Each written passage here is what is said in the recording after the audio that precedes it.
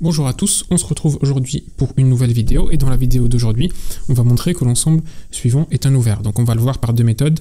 Donc la première méthode que je vous conseille, donc la plus classique, c'est de définir une fonction continue et de montrer que ça c'est l'image réciproque d'un ouvert par une fonction continue, et donc ce qui nous permettra de conclure. La deuxième méthode, c'est de passer au complémentaire de cet ensemble A.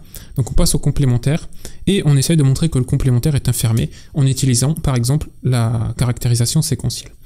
Bon, alors allons-y, donc on va passer à la méthode 1.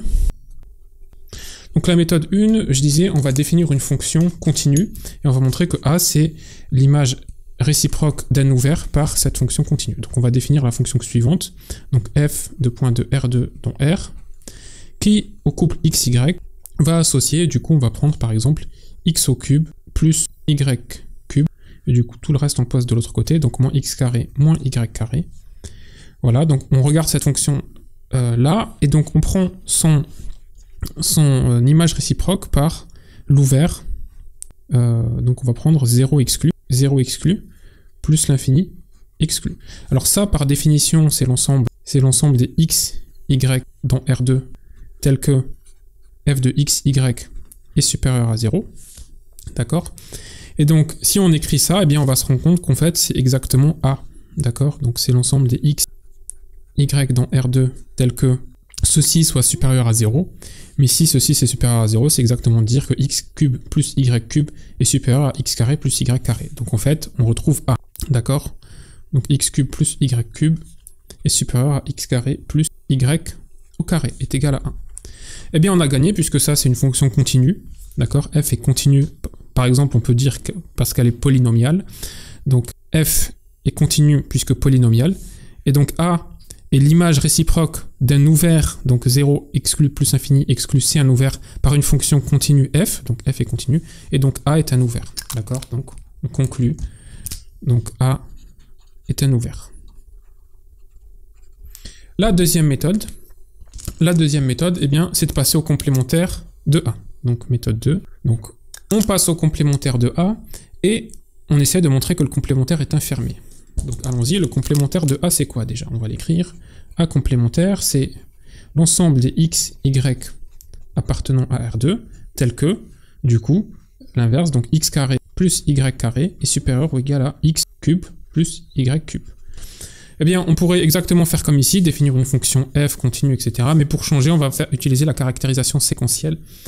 Donc on va se donner, donc je vous rappelle le principe, on se donne soit xn, yn, une suite d'éléments de A complémentaire, une suite de A complémentaire qui convergent, disons vers par exemple xy, on va mettre xy, on va mettre x1, y1 pour pas s'embrouiller. Donc on dit qu'elles convergent vers x1, y1, donc pour l'instant tout ce qu'on sait c'est que cette limite elle est dans R2 et l'objectif c'est de montrer que cette limite appartient à A complémentaire. Donc on va l'écrire ici. Est-ce que ceci ça appartient à A complémentaire, point d'interrogation.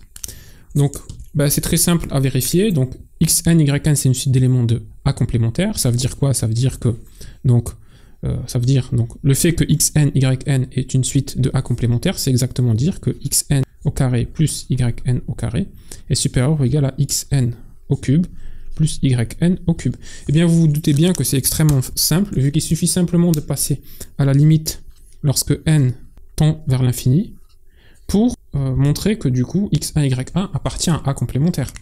Donc allons-y, passons à la limite lorsque n tend vers l'infini, xn va tendre vers x1, par définition même, hein, suite dans R2, donc x1 carré plus yn, il va tendre vers y1, donc ceci ça va tendre vers y1 carré, supérieur ou égal à x1 au cube plus y1 au cube.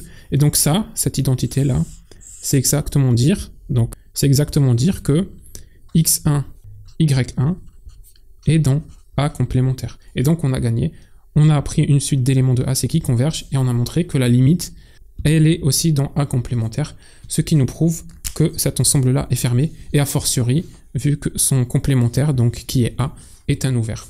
Ce qui termine l'exercice.